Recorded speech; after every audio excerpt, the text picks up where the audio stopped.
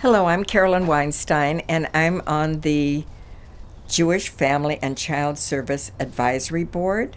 I'm here today to talk with Larry Holzman, the president of JFCS, and our honoree, Renée Holzman, his mother.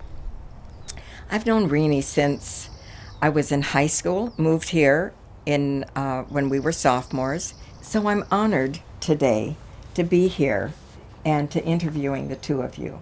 We are so fortunate to be in your beautiful backyard doing this together. And while it may seem a little unusual for a mother to be honored in the organization where her son is the head of the organization, it's so appropriate because of the commitment that Renée has made throughout the years to Jewish Family and Child Service. And it's so appropriate that door to door, here you are, Larry, helping in your own way too. Tell me about why you're involved in Jewish Family and Child Service. Well, Carolyn, thank you for your kind remarks, first of all.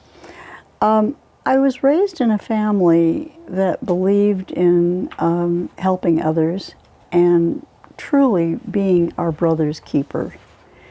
And it was modeled from early childhood when I was just a little girl and would go to my grandparents' house where there was a tzedakah box on the wall. And well, they called it a pushka, actually, because they were remembering their relatives in Europe who had not come over and who were struggling. And as little as they had, they chose to share, always share with those who were less fortunate. So, and my parents, Mary and Lou Rosenberg, were very, very involved in the Jewish community. And that's what my sisters and I saw growing up. My mother-in-law, Lena Holzman, said, I'll never forget it, she said, early on, she said, your children will not respond to what you say necessarily, but at what you do. And I think that's very true. So, Larry, do you want to tell us a little bit about the philosophy, your philosophy of tzedakah, and how you got involved? Sure.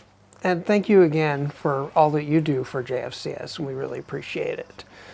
Well, growing up, we were taught not necessarily tzedakah, but more that we have a responsibility to take care of others in our community. And as my mother said, and we saw that it's not a matter of what you say, it's a matter of what you do. And we learned that from an early age. And in 1990, my parents set up the Holzman Foundation as a means to give back to the community, but also to teach my generation as well as future generations not just the need to give, but really the joy that you get from it. And one of the things that they did that I think was especially important or powerful is that my brothers and I were each sort of allocated a certain amount of the funds that we could give each year. And so it was our job to come to our annual meetings with money to allocate to other charities. And what that did is it didn't just normalize giving, but it further reinforced the responsibility that we have to actually go out and look for needy causes. And and I'm so fortunate to be able to work with my mother. She sort of mentors me now, where I can see, what she does. And she's not one of those people that just writes checks. She actually goes into the trenches. It's not just serving on boards, and she seems to be president of every board that she seems to get involved in. But she also, goes into a number of the organizations that she's interested in and volunteers her time. She's done counseling work. She's served meals at our house.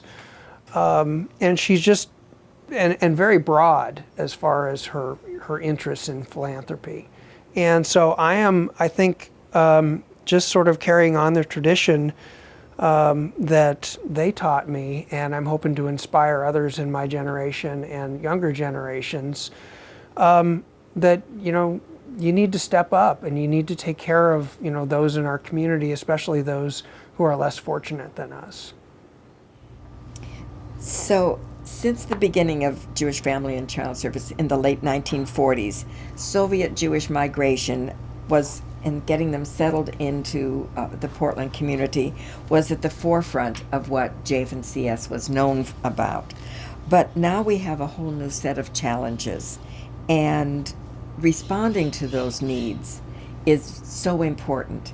And what I'd like to hear from you is, how are you fulfilling those needs? Well, we are really looking at the community needs and getting an assessment of what is out there. And especially during COVID, we are recognizing the mental health services are probably going to be the primary need in our community long after our society reopens. Personally, you told me a statistic that absolutely blew me away. So Oregon was 51st in the nation as far as access to mental health services. I've seen a couple other statistics that are more recent that we are, I think, 49th as far as accessibility for adults and 41st as far as accessibility for youth. So people are living and working remotely, and we recognize that there are a lot of challenges that are out there, and we're trying to get ahead of the curve to better prepare for those people. We have been in the process of seeking to hire additional counselors, and for a youth counselor, we have a youth counselor now who's doing primarily workshops, but we are working to partner with BB Camp for a youth and family counselor. We are also looking into expanding our other more general counseling services, keeping in mind that they are available to anybody in our community. Those statistics are staggering. Once the people are in place, we'll be able to help a lot of people who really are not getting services now. Renée, you talk about the importance of giving to youth and what their needs are. Tell us about what you've done. Obviously, the youth are our future, and I thought it was very important that our family was able to reestablish a youth counselor for Jewish Family and Child Service so that that part of our population would be served. Because these kids during this terrible pandemic have really been traumatized. Oh, it's and terrible. They need our help. So the needs are great, and I'm so thrilled that JF&CS is addressing those needs. I think we've all heard the familiar saying, really need to give until it hurts. Well, I would disagree with that. I think that it shouldn't hurt to give, but it does give a great deal of joy, as Larry said. There's a wonderful feeling of helping somebody else, giving somebody else hope, giving somebody an opportunity to heal. And I think that it's given our whole family a great sense of comfort and peace to know that we've been a part of that. So Larry, our theme for the unLuncheon this year is hope, healing, and looking ahead. What does that phrase mean to you? Well, I think that the theme for this year is especially appropriate because our agency has really been changing over the last few years. Like I may have mentioned, we did a strategic plan. We're in the third year of a 3-year strategic plan. And in that plan, it was really to bring the C back into JFCS. And as we start to see the light at the end of the tunnel as far as the end of the lockdowns and COVID, I think we really see the impact that it has had on our society and especially children in general.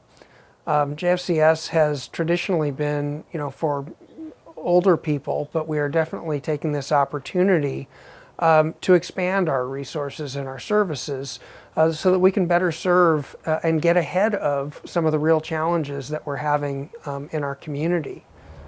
It's so well said. Thank you. I think it's impressive, and I'm very proud of my son and all of you who are so engaged in this wonderful, wonderful effort. So I love what Larry said. It is a joyful experience to give. It is a mitzvah, and I hope people will respond in a very generous way. Now it's your turn. Please look into your heart. Be kind, be generous, do the right thing, and support Jewish Family and Child Service in the work that they do to make this a very healthy Jewish community. Thank you.